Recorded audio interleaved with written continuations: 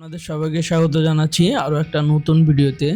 তো বেসিক্যালি আমি আপনাদেরকে আজকে দেখাতে চলেছি বাংলাদেশের সব মেগা যে প্রকল্প রয়েছে তার মধ্যে অন্যতম একটা হচ্ছে মেট্রো রেল। তো এই মেট্রো রেলে বেসিক্যালি কী এবং খুঁটিনাটি সব বিষয়গুলো আমি তুলে ধরার চেষ্টা করবো এই ভিডিওতে। তো আরও অনেক এমন কিছু তথ্য রয়েছে যেগুলো আসলে আপনি কখনো জানেন না, সেই তথ্যগুলোই দেওয়ার চেষ্টা করব এই ভিডিওটাতে। আশা করছি আপনারা শেষ পর্যন্ত এই ভিডিওটা দেখবেন। যদি ভিডিওটা ভালো লাগে, আপনাদের কাছে ছোট্ট একটা রিকোয়েস্ট, তাহলে অবশ্যই আমার চ্যানেলটা সাবস্ক্রাইব করে সঙ্গে থাকবেন। আর যারা অলরেডি চ্যানেলটা সাবস্ক্রাইব করেছেন তাদেরকে অসংখ্য ধন্যবাদ। তো কথা না বাড়িয়ে চলুন শুরু করা যাক।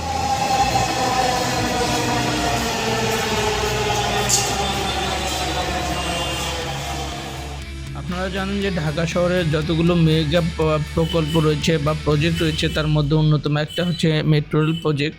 সো এই মেট্রো রেল এমআরটি লাইন 1 থেকে 6 পর্যন্ত।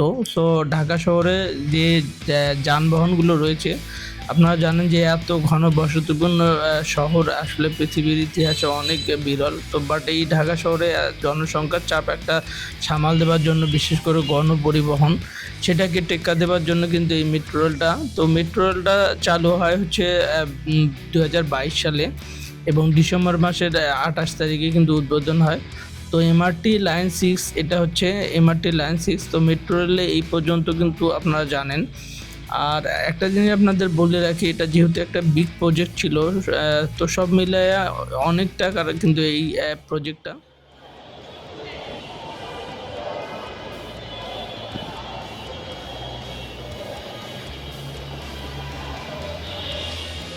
আপনারা জানেন যে আসলে এত পরিমাণ চাপ ছিল যে জনগণ কিন্তু অনেক বেশি এটার উপর নির্ভরশীল ছিল। সেই সাথে আপনারা দেখতে পাচ্ছেন যে অনেক যখন উদ্বোধন হয় সেই সময়টাতে কিন্তু জনগণ কিন্তু অনেক এটার উপর আস্থা রাখতে শুরু করছিল।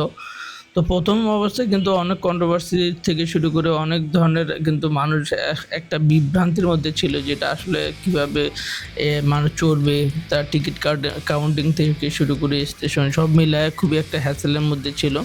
বাট মানুষ কিন্তু ধীরে ধীরে এটাতে অভ্যস্ত হয়ে যায়, টিকিট কাউন্টিং থেকে শুরু করে আপনার যাত্রাপথে স্টেশনগুলোর দূরত্ব। তো আপনারা জানেন যে মেট্রো রেলে কিন্তু এ পর্যন্ত কিন্তু 16টা স্টেশন রয়েছে, একেবারে উত্তর থেকে শুরু করে একেবারে মতিঝিল পর্যন্ত। সো এই মেট্রো রেল স্টেশনটাতে কিন্তু খুব এক স্টেশন থেকে আরেক স্টেশনের বেশি দূরত্ব থাকলেও কিন্তু এখানে খুব তাড়াতাড়ি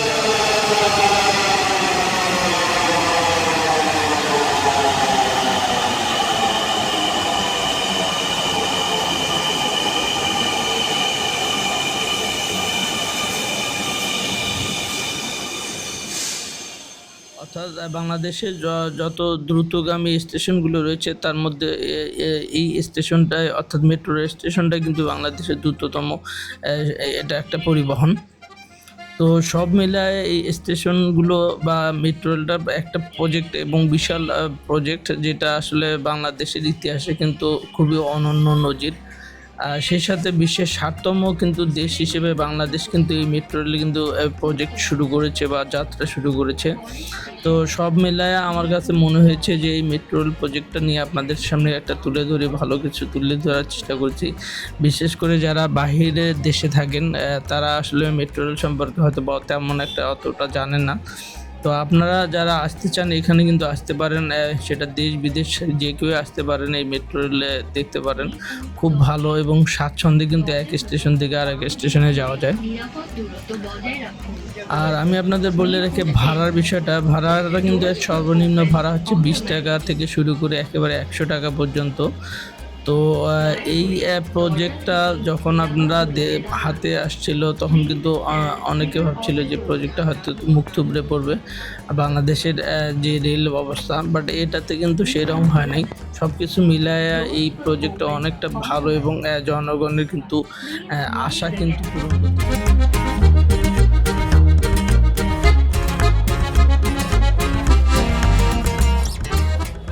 আমি আপনাদেরকে যে জিনিসগুলো আসলে তথ্য দিতে চাই যে যারা মেট্রো রেলে আসতে চান খুব সহজে কিন্তু একেবারে স্বয়ংক্রিয়ভাবে টিকিট কাটা, তারপরে এমআরটি লাইন, MRT 6, তারপরে সিঙ্গেল জার্নি সব মিলে যদি আপনি টিকিট কেটে তার আগে যদি আপনার এমআরটি থাকে তাহলে কিন্তু খুব সহজে জার্নি করতে পারেন।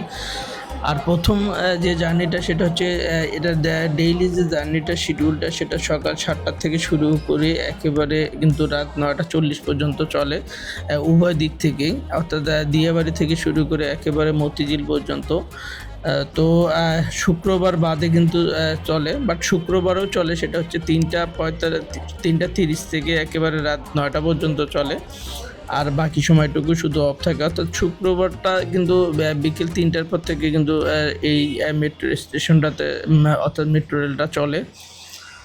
তো অনেক তথ্য দেওয়ার চেষ্টা করলাম।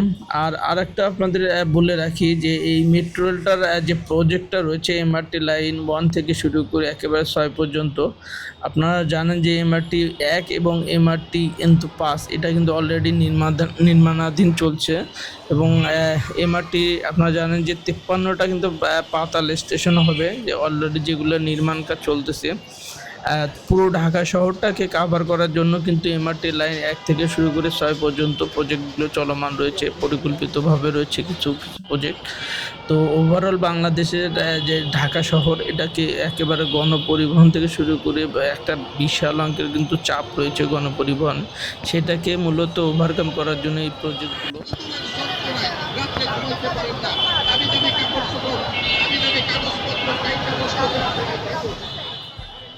তো খুবই ব্যয়বহুল হলেও কিন্তু এটা অনেকটা স্বাচ্ছন্দ্যে কিন্তু যাতায়াত করা যায় এবং জনগণের আশা কিন্তু পূরণ হয়েছে।